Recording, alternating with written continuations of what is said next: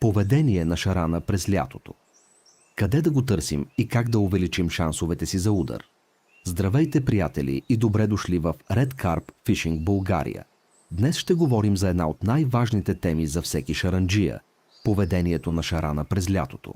Къде се движи рибата в най-големите жеги? Кога се храни най-активно? Как влияят температурата, кислородът и вятърът? И къде трябва да поставим монтажите си, за да увеличим шансовете за удар? На всички тези въпроси ще отговорим в това видео. А преди да започнем, ако харесвате шаранджийския риболов, ударете един лайк на видеото и се абонирайте за Red Carp Fishing България. Така подкрепяте канала и ни помагате да създаваме още полезно съдържание за шаранджийския риболов. А сега започваме. Температурата на водата. За да разберем поведението на шарана през лятото, първо трябва да обърнем внимание на температурата на водата. Шаранът е студенокръвна риба. Това означава, че температурата на околната среда влияе директно върху неговия метаболизъм. Когато водата се затопли, метаболизмът на шарана се ускорява и той има нужда от повече енергия. Затова при подходящи условия, летният период може да предложи изключително активно хранене. Но повече топлина не винаги означава повече активност. При продължителни горещини водата може да стане прекалено топла, особено в плитките водоеми. Тогава количеството разтворен кислород във водата намалява. И точно тук поведението на шарана започва да се променя. Вместо да мислим единствено къде има храна, трябва да си зададем и друг въпрос. Къде условията са най-комфортни за рибата? Кислородът – подценяваният фактор. През лятото кислородът може да бъде един от най-важните фактори за местоположението на шарана. Вятърът, например, раздвижва повърхността и може да насочи по-богата на кислород вода към определени части на водоема. Затова при летен вятър често си заслужава да наблюдаваме брега, към който той духа, особено ако там има и естествена храна. Други интересни места са участъците около вливащи се реки, потоци или други източници на свежа вода. Но има и нещо много важно. Не трябва сляпо да следваме правилото. През лятото шаранът винаги е в най-дълбоката вода. Това просто не е вярно. На различните водоеми рибите могат да реагират по напълно различен начин. Затова наблюдението на водата остава едно от най-силните оръжия на шаранджията. Сутрешно поведение на шарана. Ранната сутрин може да бъде един от най-добрите моменти за летен риболов. След нощта водата в плитките участъци може да бъде малко по-прохладна. Шараните често използват този период, за да обикалят и да търсят естествена храна. Това е моментът, в който си заслужава да обърнем внимание на крайбрежните участъци, ръбовете на водораслите, плитките плата, тръстиките, надвисналите дървета и местата с естествена храна. Но преди да хвърлите въдиците, отделете няколко минути само за наблюдение. Търсете мехурчета по повърхността. Следете за раздвижване на тръстиките. Наблюдавайте за скачащи риби. Търсете облаци от тиня или характерните вълни, които оставя голяма риба при движение. Понякога 10 минути наблюдение могат да ви спестят 10 часа чакане на грешното място. Какво се случва в най-горещата част на деня? С покачването на слънцето ситуацията може да се промени, особено при температури над 30 градуса.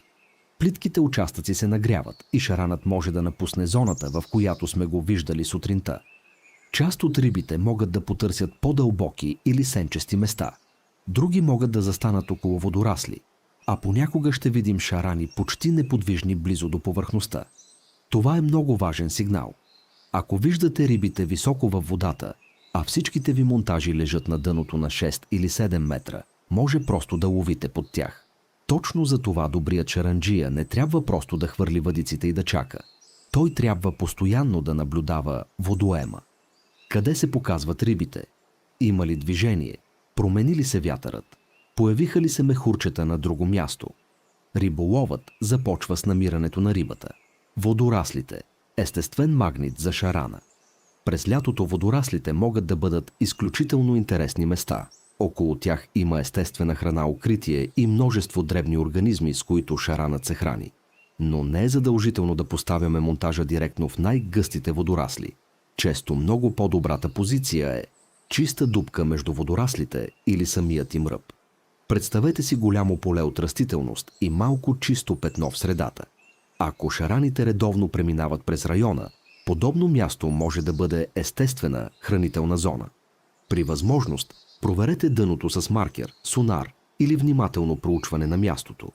Разликата между монтаж, паднал върху дебел слой водорасли, и монтаж, представен правилно върху чисто петно, може да бъде огромна. Вечерта и нощта. С залязването на слънцето започва нов период от денонощието. Температурата постепенно пада и рибите могат отново да се придвижат към по-плитките хранителни зони. Това прави вечерта и първите часове на нощта много интересни за шаранджийски риболов. Ако през деня сте наблюдавали шарани на дистанция или около определен ръб, вечерта може да бъде моментът, в който те започват активно да се хранят там. През нощта спокойните крайбрежни участъци също не трябва да се подценяват. Шараните могат да се чувстват по-сигурни и понякога идват изненадващо близо до брега. Затова не приемайте автоматично, че най-далечно хвърлената въдица ще бъде най-резултатна. Понякога рибата е много по-близо, отколкото предполагаме. Как да храним през лятото? През лятото шаранът може да приема сериозни количества храна, но това не означава, че винаги трябва да изсипем огромно количество захранка още в началото. Наблюдавайте активността на рибата. При наличие на много активни шарани, можем постепенно да увеличаваме количеството храна. При труден риболов е по-разумно да започнем с малко и концентрирано хранително петно. Например, можем да използваме комбинация от царевица, тигров фъстък, пелети, натрушени и цели бойли. PVA турбичката също може да бъде отличен вариант, когато искаме малко, концентрирано петно непосредствено около стръвта. През топлите месеци могат да работят както сладки и плодови аромати, така и рибни, пикантни и ядкови комбинации. Но запомнете, няма аромат, който да компенсира липсата на риба на петното. Първо намерете шарана, след това мислете за стръвта. Как да адаптираме риболова си? Една от най-големите грешки през лятото е да изберем място, да хвърлим въдиците и да останем на същата стратегия, независимо какво се случва. Ако рибата промени поведението си, трябва да сме готови и ние да променим нашето. Ако сутринта сме имали активност на плиткото, но след няколко часа всичко е спряло, това не означава задължително, че шаранът вече не се храни. Възможно е просто да се е преместил. Проверете друга дълбочина. Потърсете ръб. Наблюдавайте водораслите. Следете посоката на вятъра.